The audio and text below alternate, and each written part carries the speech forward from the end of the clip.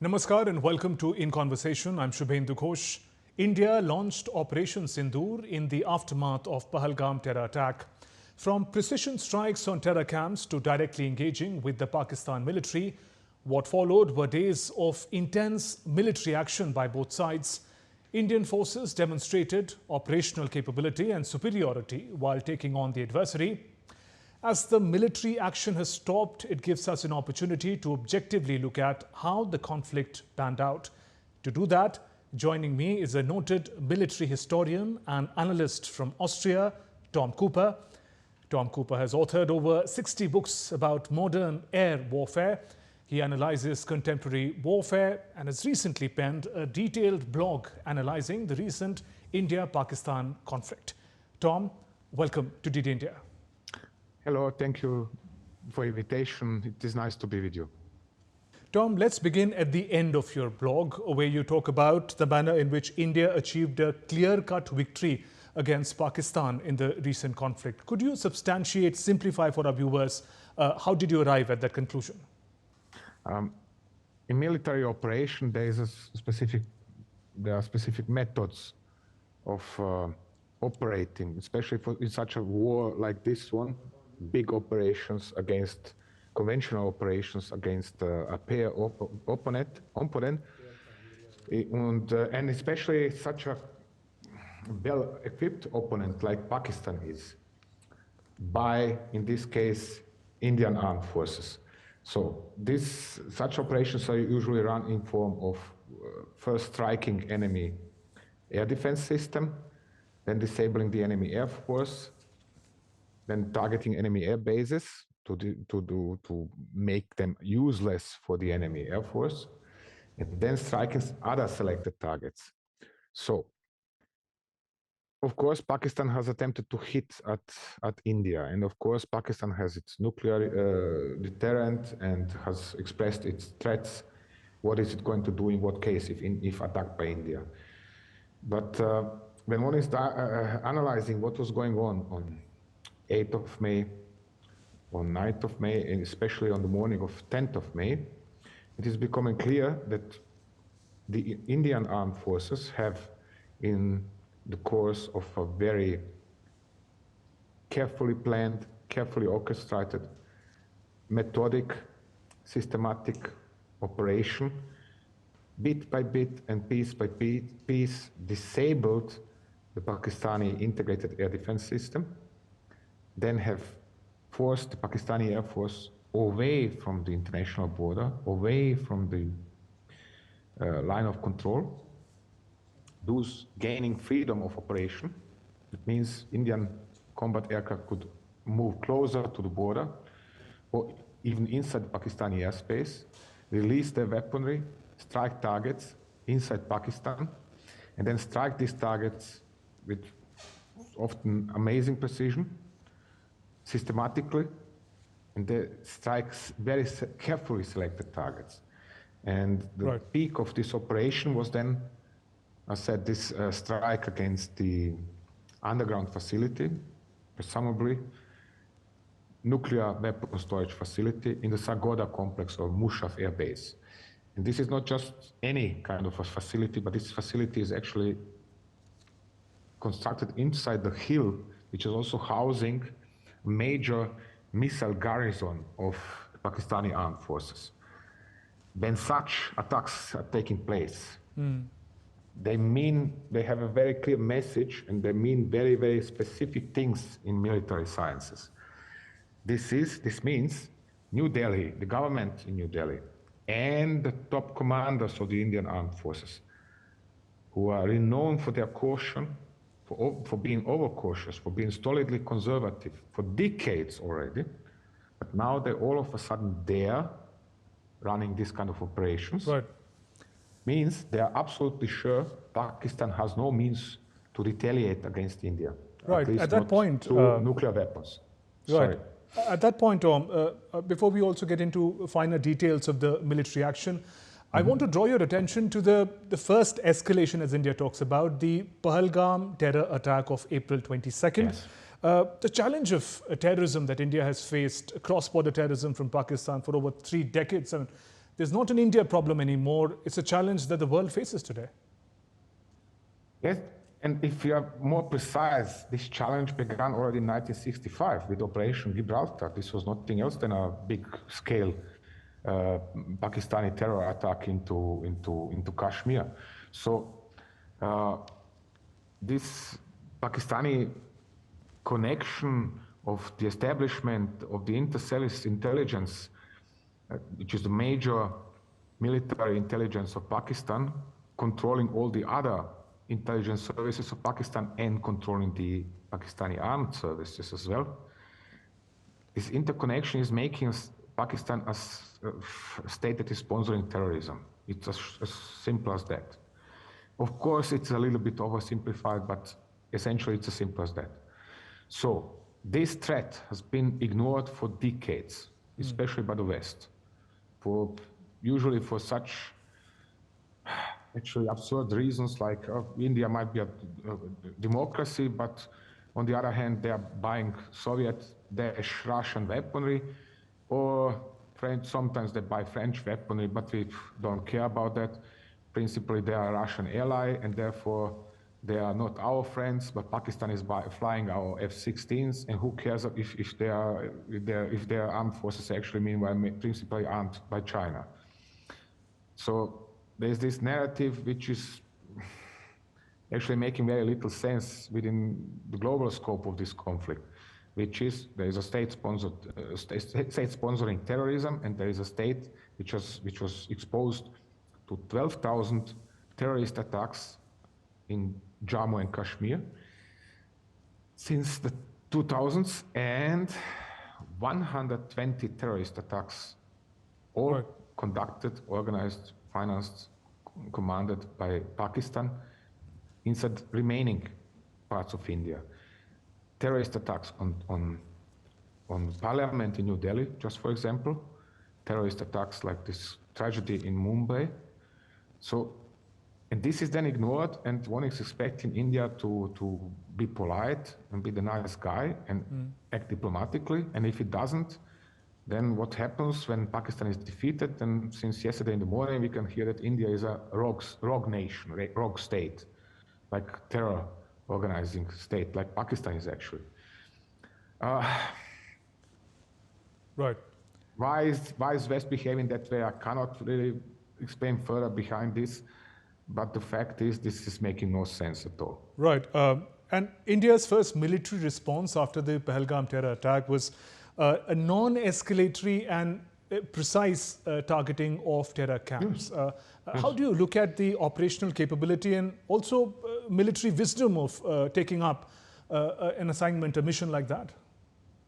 Well, if you check my blog, you're going to read that I was fiercely critical of New Delhi's decision. It made, from military point of view, it made no sense excuse me, to go striking into Pakistan, whether into Pakistan or Pakistan-occupied part of Kashmir, while Pakistani air defenses and Air Force were fully operational. It made absolutely no sense.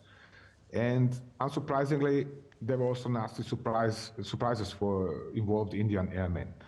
Fortunately, the government in New Delhi and the top commanders of the armed forces have then switched their tactics for 180 degrees in a matter of 24 hours.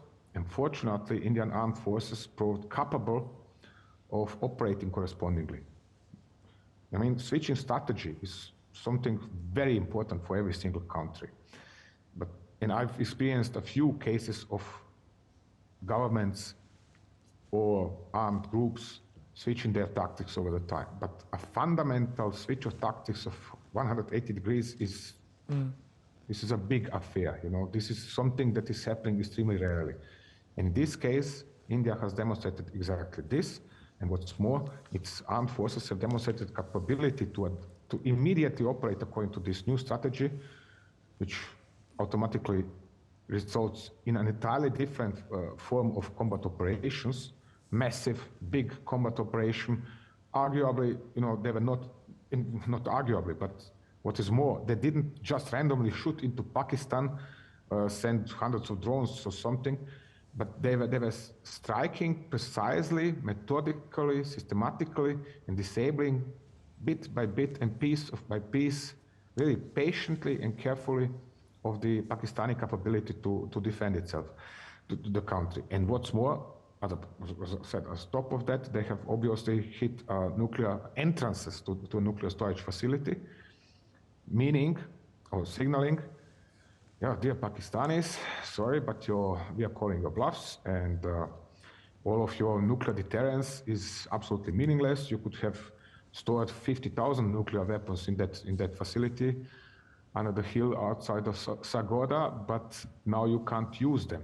Right. And what would you say were the key strengths of India's arsenal and strategy? I was reading your blog, you talk about the impact of the Brahmos, the Scalp missiles as well. What role did they play in this conflict that played out?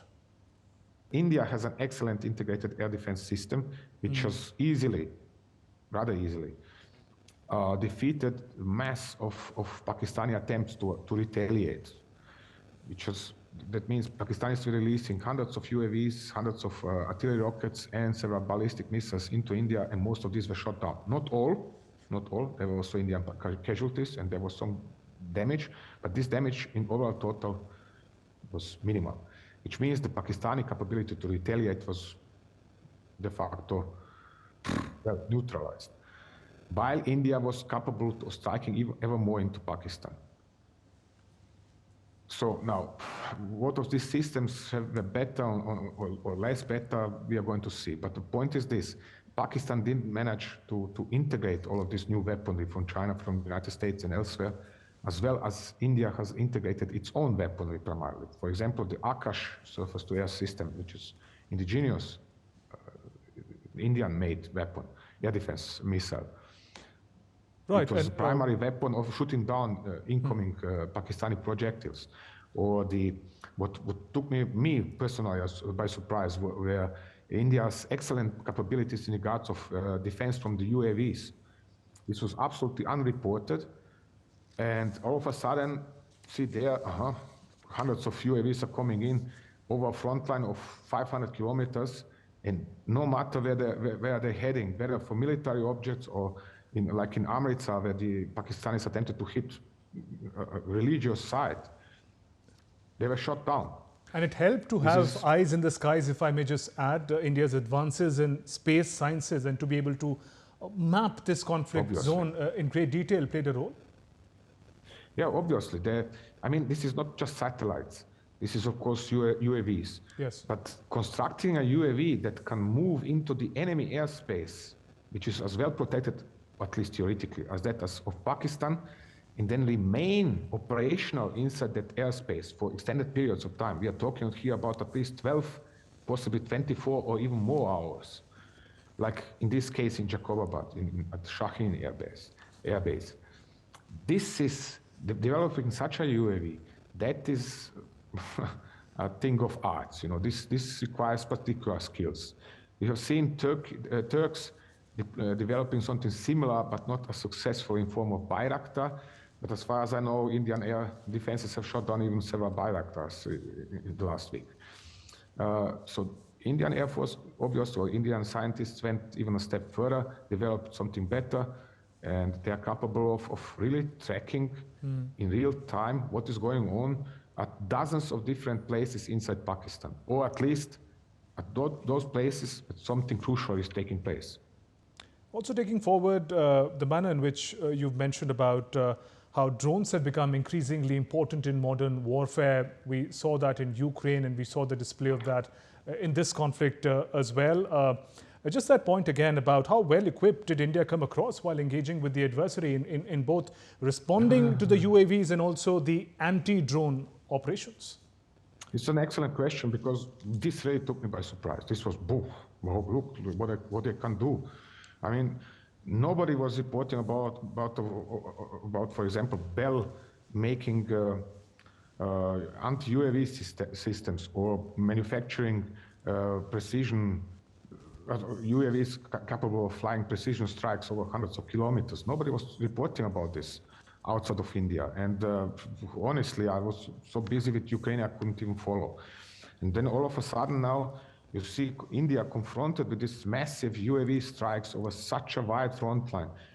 And essentially, it's air defense systems operating in almost the same efficiency, almost the same efficiency, no matter where.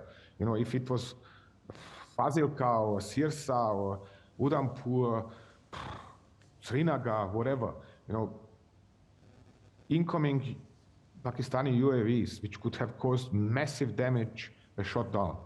So this really took me by surprise. And then I checked what is going on. Look at this, look at that. There is well-developed infrastructure within the Indian Armed Forces, whether within the Air Force or within the Army, for combating such threats. Of course, one shouldn't now stop and say, oh, we are excellently equipped, we don't need anything more. On the contrary, one must further develop such capabilities, if for no other reason, because after this experience, one must expect Pakistan to go the Russian way, which is to make this huge number or even more of these attack drones with long range, like Shahid or Geran in Russia, which can reach 1,000, 2,000 kilometers behind the front line at speed of 120 kilometers and still carry a warhead of up to 40 kilograms. This is going to become probably the major threat for India in the coming years. So one must continue developing such industries and keeping the aerospace of India safe in this fashion. Because if you lose this capability to counter such massive strikes of UAVs, then you are losing your own deterrence against Pakistan. Right. I want to turn to this new framework to fight terrorism that India's Prime Minister Narendra Modi talks about. I want to come to the third point first. It says that there is going to be from now on no distinction between terrorists and those who sponsor the terrorists, the states behind the terrorist. Any new act of terror from Pakistan will be seen as an act of war. In your blog, you also talk about, you argue the point that, why just go after the terrorists? How does it solve the bigger problem? How do you see this doctrine that India is now looking at taking shape? It is the only logical way. You can't, again, 12,000 terror attacks into Kashmir alone, 120 such beastly, awful terror attacks into the rest of India since 2008 alone. How long do you want to tolerate this? And who else but India would tolerate this behavior for this long? And it was always, oh, you have to be a nice guy, and you have to be diplomatic, and please don't do this, and please don't do that. And if you dare doing something, then there are Pakistani nuclear weapons, and they are going to nuke New Delhi or whatever else. I mean, sooner or later, it was logical that somebody in New Delhi is going to say, okay, enough is enough. Now we are going to strike and to hit them really hard and teach them a lesson. This is what has happened. It's, in a matter of 90 hours, it was game over, and as I wrote, clear-cut military victory. What are the politicians going to do with this? What is the public going to do with this? I have no idea. I have no capability to predict, but no even enough knowledge to understand the public and the politics. But in military sense, this was a clear-cut victory, really. Since 1991, Iraq, when Iraq was defeated, there was no similar victory in this sense. How do you also read the significance of the manner in which India called out what is referred to as the nuclear bluff by Pakistan, that it has done traditionally? But the new red line that India has drawn says that no more. This nuclear bluff will not work in the days ahead. Well, it is obvious that Indian intelligence services have extremely carefully, far more carefully than one can imagine, followed what are the Pakistanis doing with their nukes, where are they storing them, how are they treating them, how are they maintaining them, and how do they plan to deploy them in the case they would. And this enabled top commanders and then therefore the politicians as well to bring a very realistic assessments together, to bring together a very realistic assessment in regards of actual Pakistani capability to deploy nuclear weapons. And this actual capability was fundamentally different to what was perceived about the Pakistani capability to deploy nuclear weapons. Well, because if you check Sargodha or this this complex at Kirna Hills, one would say, okay, there are 40 hardened shelters, each of them housing at least one launcher for ballistic missiles, and each of these missiles can fly at least 700,000, probably more kilometers far. So if you put a nuclear weapon storage facility under that hill, and this is what Pakistanis have done, then there is only, 1 kilometer, perhaps 2 kilometers from this storage facility to the launchers. It should be theoretically possible for Pakistan to install their nuclear warheads into the missiles in a matter of, let's say, 2 or 3 hours, perhaps even shorter time, depends. So, no, obviously, the leadership, military leadership in New Delhi knew better and could advise the government correspondingly, which in turn then ordered, okay, strike the entrances to that facility, not the facility itself. Whether because the facility is very deep inside the steep hill or for other reasons, but they have decided just to strike the entrances to the facility. Right. We, of course, yet to get the official statement on that particular aspect.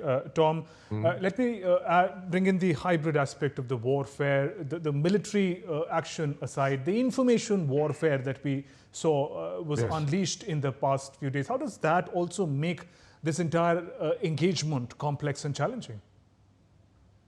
Extremely challenging, even more so because Pakistan received immense support from China in these regards. Actually, up to 90% of all of this related traffic on trending, so-called, in the social media came from China, and it was pro-Pakistan. And after, that was another thing I disliked about this initial attempt Indian attempt to keep this a limited operation.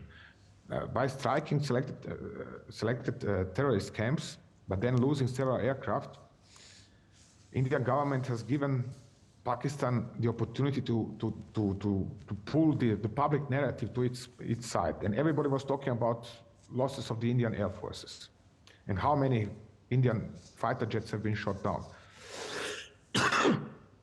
This was very counterproductive for India because the fundamental issue in this affair is Pakistani state-sponsored terrorism and not how many aircraft has India lost. And even now, the Pakistanis are still trying, and I'm constantly bombarded by emails from Pakistan because I have enough contacts over there, and they are deeply disappointed and shocked by my conclusions and so on. And they are still trying, look, there is one Rafale shot down here and another shot down here, and it is 3 Rafales, not just one, and it is more than 5 aircraft, Indian Air Force aircraft. And I'm trying to explain them all the time. It doesn't matter. Why doesn't it matter? Because you've lost your nuclear deterrence. You lost, you've been defeated so much that your own government called New Delhi with a request for ceasefire. What do you want more? And one final question. While the guns have fallen silent for now, what kind of an impact do non-military measures have in putting pressure on the adversary to act? I'm talking about particularly India's decision to suspend for now the Indus Water Treaty.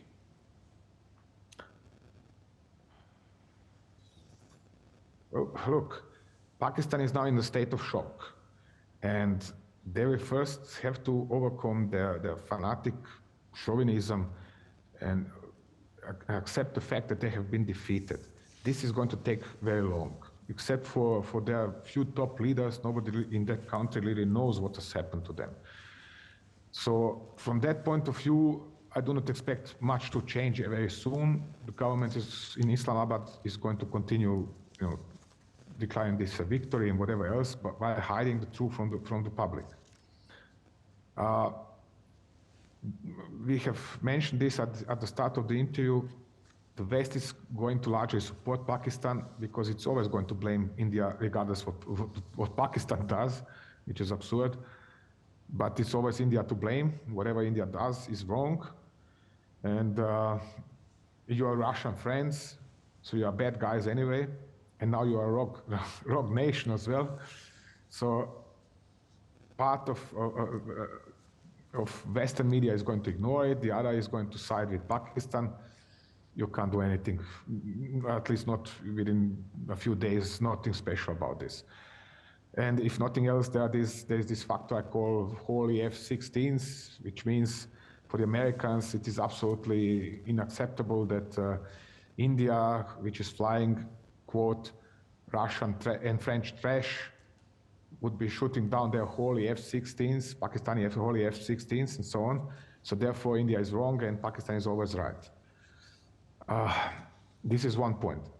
What did surprise me a little bit is just last night I've checked a little bit what are different other analysts in the West doing and what are they reporting. Essentially, since 10th of May, they all fell silent. They were publishing at least one review of what they think is going on between India and Pakistan on 8th of May, on 9th of May, on the morning of 10th of May, and then that's it.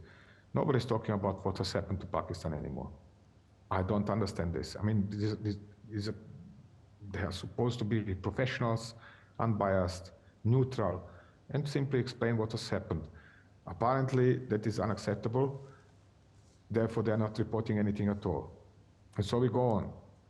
This means in turn that it is going to take very long for the Western politics to figure out just what kind of a catastrophe befell Pakistan. How far has Pakistan driven itself into a corner? I mean, you have to manage this to lose the nuclear deterrent, and for all of your red lines to prove absolutely worthless, you know, like this has happened now. If one is a fierce nationalist or even a chauvinist, like many Pakistanis are, this is absolutely unacceptable. They cannot comprehend what has happened to them. So again, we are turning in circles now. This is going to take time. Time which I hope India might exploit to further improve its capabilities. Why do I hope this? Because I'm simply against terrorism. I'm fed up of, you know, having to undress myself when I want to board an aircraft. I'm fed up of having to avoid all the big gatherings of people because there's constantly some kind of threat of a terrorist attack by jihadists, whether in Europe or in India or somewhere else. So I'm not taking sides in this case. I'm just, you know, against somebody, against a common threat. And it so happens Pakistan is a major source of that common threat. That's all.